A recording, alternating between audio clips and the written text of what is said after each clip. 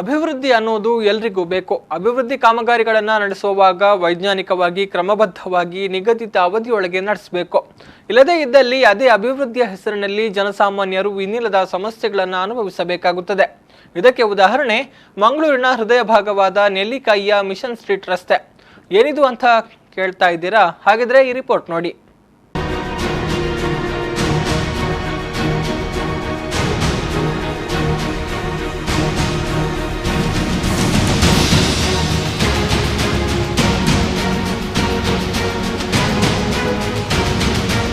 ಮಂಗಳೂರು ನಗರ smart city ಆಗಬೇಕು, ಅಭಿವೃದ್ಧಿ ಕಾಮಗಾರಿಗಳು ನಡೆಯಬೇಕು. ಇದು ಎಲ್ಲರ ಬಯಕೆ. ಆದ್ರೆ ಅಭಿವೃದ್ಧಿ ಕೆಲಸಗಳು ನಡೆಯುವಾಗ ಎಲ್ಲವೂ ಕ್ರಮಬದ್ಧವಾಗಿ ನಿಯಮಬದ್ಧವಾಗಿ ನಿಗದಿತ ಅವಧಿಯೊಳಗೆ ಮುಕ್ತಾಯಗೊಳ್ಳಬೇಕು. ಇಲ್ಲದೇ ಇದ್ದಲ್ಲಿ ಅದೇ ಅಭಿವೃದ್ಧಿಯ ಹೆಸರಿನಲ್ಲಿ ಜನರು ಸಮಸ್ಯೆಯನ್ನ ಅನುಭವಿಸಬೇಕಾಗುತ್ತದೆ. ಇದಕ್ಕೊಂದು ಬೆಸ್ಟ್ ಎಕ್ಸಾಂಪಲ್ ಮಂಗಳೂರಿನ ಹೃದಯ ಭಾಗವಾದ ಸ್ಟೇಟ್ ಬ್ಯಾಂಕ್ ಬಳಿಯ ನೆಲ್ಲಿಕಾಯಿ ಮಿಷನ್ ಸ್ಟ್ರೀಟ್ ರೋಡ್. ಕಳೆದ 2-3 ತಿಂಗಳಿನಿಂದ ನಡೆಯುತ್ತಿರುವ ಕಾಮಗಾರಿಯಿಂದಾಗಿ ಜನರು ತೀವ್ರ ಸಮಸ್ಯೆಯನ್ನ ಅನುಭವಿಸುತ್ತಿದ್ದಾರೆ. ನೆಲ್ಲಿಕಾಯಿ ರೋಡ್ ಮತ್ತು ನಮ್ಮ ಮಿಷನ್ ಸ್ಟ್ರೀಟ್ ರೋಡದ್ದು ಧೂಳು ತಿನ್ನುವ ಒಂದು ಕರ್ಮಕಾಂಡ ಶುರು ಆಗಿದೆ ನಮಗೆ. ಈಗ 4 ತಿಂಗಳಿಂದ ಇಲ್ಲಿ ಸ್ಮಾರ್ಟ್ ಸಿಟಿ ಯೋಜನೆಯಲ್ಲಿ ಕೆಲಸ ಮಾಡ್ತಾ ಇದ್ದಾರೆ. ಈ ಕೆಲಸ ಮಾಡಿ ಹಾಗೇ ಖಾಲಿ ಹೊಂಡವನ್ನು ಮುಚ್ಚಿದಷ್ಟು ಬಿಟ್ಟು ಧೂಳು ಜಾಸ್ತಿ ಆಗ್ತಾ ಇದೆ. ಇಲ್ಲಿ ಎಲ್ಲ ಅಂಗಡಿಯವರಿಗಾಗಲಿ ಪರಿಸರದವರಿಗಾಗಲಿ ಮತ್ತು ಈ ಹೋಟೆಲ್ ವ್ಯಾಪಾರಸ್ಥವರಿಗೆ ಎಲ್ಲ ತುಂಬ ತೊಂದರೆ ಆಗಿದೆ. ಇದರಿಂದ ನಮ್ಮ ಇಲ್ಲಿ ಕಾರ್ಪೊರೇಟ್ ಅವರಿಗೆ ಹೇಳಿದಾಗ ಅವರು ಹೇಳಿದ್ದಾರೆ, ನಮಗೆ ಒಂದು ವಾರದಲ್ಲೇ ಡಾಮರ್ ಹಾಕ್ಸ್ತೀನಿ ಅಂತ ಅವರು ಹೇಳ್ತಾ ಇದ್ದಾರೆ. ಆದರೆ 1 ವಾರ ಹೋಗಿ 1 ತಿಂಗಳಾದರೂ ಕೂಡ ಇಷ್ಟ ತನಕ ಡಾಮರ್ದು ಅಂಥ ವ್ಯವಸ್ಥೆ ಇಲ್ಲ. ನಮ್ಮ ಡಿ ಸಿ ಅವರಿಗೆ ಕೂಡ ಮನವಿ ಕೊಟ್ಟಿದ್ದೇವೆ. ಆದರೂ ಇಷ್ಟ ತನಕ ಈ ನಮ್ಮ 4 ತಿಂಗಳಿಂದ ಕೆಲಸ ಶುರುವಾಗಿ ಇಷ್ಟ ತನಕ ಕೂಡ ಅಟ್ಲೀಸ್ಟ್ ಒಂದು ಡಾಮರ್ ಹಾಕುವ ವ್ಯವಸ್ಥೆ ಕೂಡ ಮಾಡೋಕ್ಕಾಗಿಲ್ಲ. ಹೌದು, ಮಂಗಳೂರಿನ ಸ್ಟೇಟ್ ಬ್ಯಾಂಕ್ನಿಂದ ಹಳೆ ಬಂದರಿಗೆ ಸಂಪರ್ಕ ಕಲ್ಪಿಸುವ ಈ ರಸ್ತೆಯನ್ನ ಸ್ಮಾರ್ಟ್ ಸಿಟಿ ಒಳಚರಂಡಿ ಕಾಮಗಾರಿಯ ಹೆಸರಿನಲ್ಲಿ ಅಗೆದು ಹಾಕಲಾಗಿದೆ. ಅಗೆದು ಹಾಕಿ 2 ತಿಂಗಳುಗಳು ಕಳೆಯುತ್ತಾ ಬಂದಿದ್ರೂ ಇನ್ನೂ ಕೂಡ ಕಾಮಗಾರಿ ಪೂರ್ಣಗೊಂಡಿಲ್ಲ. ಅರ್ಧಂಬರ್ಧ ಕಾಮಗಾರಿಯಿಂದಾಗಿ ರಸ್ತೆಯ ತುಂಬಾ ಹೊಂಡಗಳು ನಿರ್ಮಾಣಗೊಂಡಿವೆ.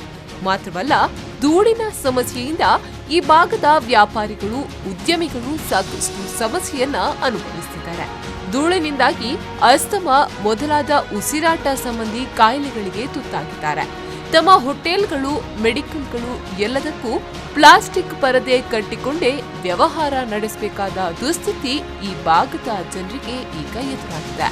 ಸ್ಮಾರ್ಟ್ ಸಿಟಿ ಯೋಜನೆಯ ಅಡಿಯಲ್ಲಿ ಸರ್ಕಾರ ಒಂದು ಈ ಕೆಲಸವನ್ನು ಇಲ್ಲಿ ಕೈಗೆತ್ತಿಕೊಂಡಿದೆ.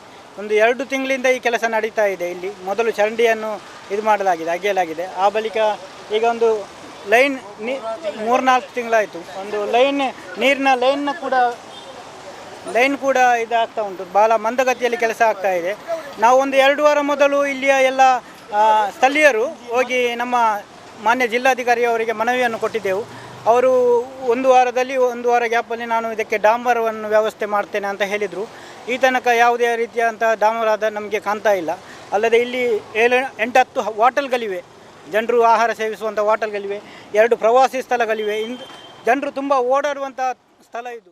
ಈ ರಸ್ತೆಯಲ್ಲಿ 2 ತಿಂಗಳಿನಿಂದ ಜನರು ಕಷ್ಟಪಡುತ್ತಿದ್ದಾರೆ, ಸಂಕಷ್ಟಕ್ಕೆ ಒಳಗಾಗಿದ್ದಾರೆ. ಎಲ್ಲರೂ ಮೂಗು ಮುಚ್ಚಿ ಧೂಳು ತಿನ್ನುವಂತಹ ಪರಿಸ್ಥಿತಿ ಇಲ್ಲಿ ಉದ್ಭವಿಸಿದೆ. ಅನೇಕ ಜನರಿಗೆ ಇಲ್ಲಿ ಕಾರ್ಮಿಕರು ಅಸ್ತಮಾ, ಡೆಂಗ್ಯೂ ಇನ್ನಿತರ ಕಾರಣಗಳನ್ನು ಹೇಳಿ ರಜೆಯನ್ನು ಹಾಕುತ್ತಿದ್ದಾರೆ. ಅವರಿಗೆ ಕೆಲಸ ಕಾರ್ಯಗಳಿಗೆ ಬರಲು ಆಗುವುದಿಲ್ಲ. ಇದಕ್ಕೋಸ್ಕರ ನಾವು Karnataka chamber of commerce and industry ಇದರ ಅಧ್ಯಕ್ಷರನ್ನು ನಾವು ಭೇಟಿಯಾಗಿ ಅವರಿಗೆ ಮನವಿಯನ್ನು ಕೊಟ್ಟಿದ್ದೇವೆ. ಈ ಭಾಗದಲ್ಲಿ ದಿನನಿತ್ಯ ಸಾವಿರಾರು ವಾಹನಗಳು ಓಡಾಡುತ್ತವೆ. ಕಾಮಗಾರಿ ಪೂರ್ಣಗೊಳ್ಳದೆ ಹಳ್ಳ ಹಿಡಿಯುತ್ತಿರುವುದನ್ನ ಕಂಡು ಸ್ಥಳೀಯರು, ಜಿಲ್ಲಾಧಿಕಾರಿಗಳು, ಮಂಗಳೂರು ಮಹಾನಗರ ಪಾಲಿಕೆಗೆ ಹಲವು ಬಾರಿ ಮನವಿಗಳನ್ನ ಸಲ್ಲಿಸಿದ್ದಾರೆ. ಜಿಲ್ಲಾಧಿಕಾರಿಗಳಿಂದ ಸಕಾರಾತ್ಮಕ ಸ್ಪಂದನೆ ದೊರೆತಿದ್ರೂ ಫಲಿತಾಂಶ ಮಾತ್ರ ಶೂನ್ಯ. ಕಳೆದ 2 ತಿಂಗಳಿನಿಂದ ಈ ರಸ್ತೆಯ ಅವ್ಯವಸ್ಥೆಯಿಂದ ಜನತೆ ಕಂಗಾಲಾಗಿದ್ದಾರೆ. ಇನ್ನಾದ್ರೂ ಶೀಘ್ರವಾಗಿ ಕಾಮಗಾರಿ ಪೂರ್ಣಗೊಳ್ಳಲಿ ಎನ್ನುವುದು ಸ್ಥಳೀಯರ ಆಶಯವಾಗಿದೆ.